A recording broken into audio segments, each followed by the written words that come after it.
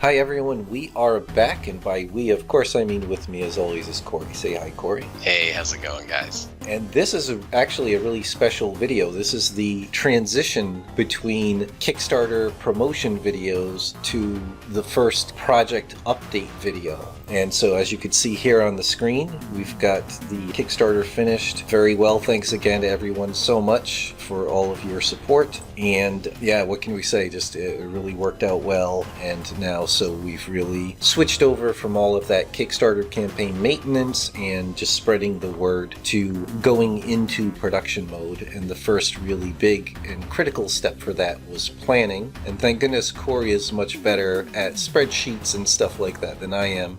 So we already had that big meeting and just really worked out the schedule for the first several months, starting as of a couple of days ago, to just really sort of get a reality check of, okay, let's figure out everything that has to be done to finish the game. At least this, the first version to be released will be the Megadrive version. So the first several months of these update videos will largely focus on Megadrive, but keep in mind, everyone, that all of this design work and even most of this graphic work is going to end up branching off and be a huge springboard for the other versions. So yeah, we got all that planning done and figured out what we needed to do basically every month, and that can be broken down further into, in that month, what we should try to get done in any given week. And it just offers this really great constant reality check to keep everyone on schedule. That's all going very smoothly.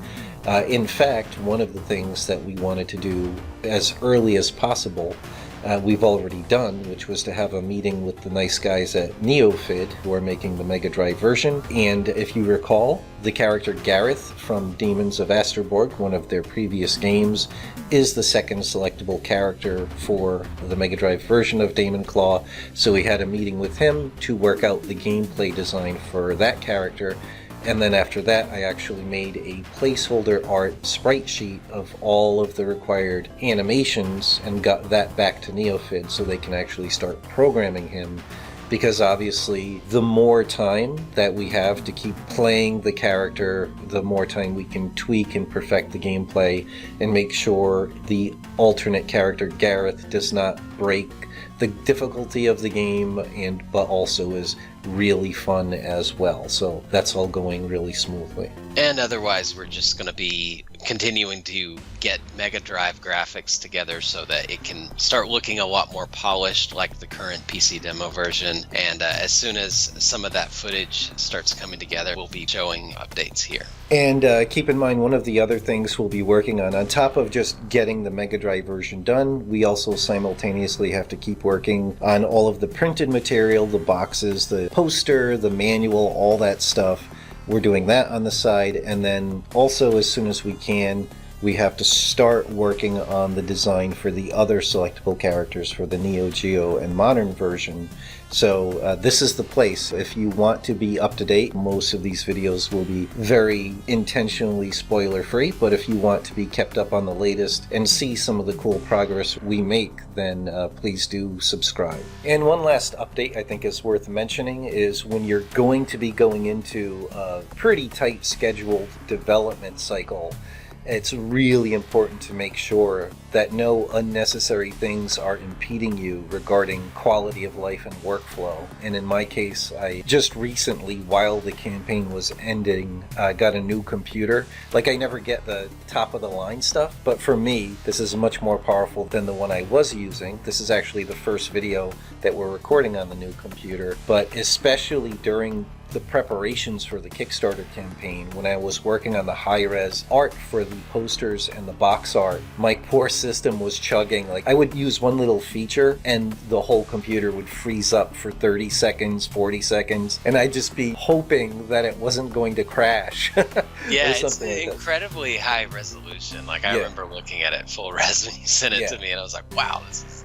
insane. So yeah, I can imagine with all the layering and maybe like you were saying, maybe that software wasn't perfectly optimized for maybe the machine, the power you had on Exactly. So like that was the thing, is I'm using Art Rage for most of it because it simulates like oil paint, acrylic, watercolor, all that stuff incredibly well. But that is such an incredibly huge amount of mathematics and data for every pixel on your screen compared to even Photoshop, where it's just RGB value, you know what I mean, an alpha value. With this stuff, it's like got crazy amounts of data per pixel. Like, it's literally remembering how thick the paint is, you know what I mean? It's right. Crazy. So it's an amazing program, but it was not intended to do like not only full print res, but for an like 18 by 24 inch poster. It's just, my computer was not capable of handling that in a smooth way. And I did a quick test already. I loaded that same layered image in with my new computer, and it's running nice and smoothly. So that's just one of those things, like everything that wastes some of your time or makes you uncomfortable, so you end up not being able to work as long or end up with any kind of discomforts or something, that it's really good as early as possible before you head into that production to get that stuff ironed out and comfortable, so that none of your precious time is being wasted, and so that you're not being kind of ground down physically or mentally, so to speak, instead of having that energy spent actually producing. Absolutely.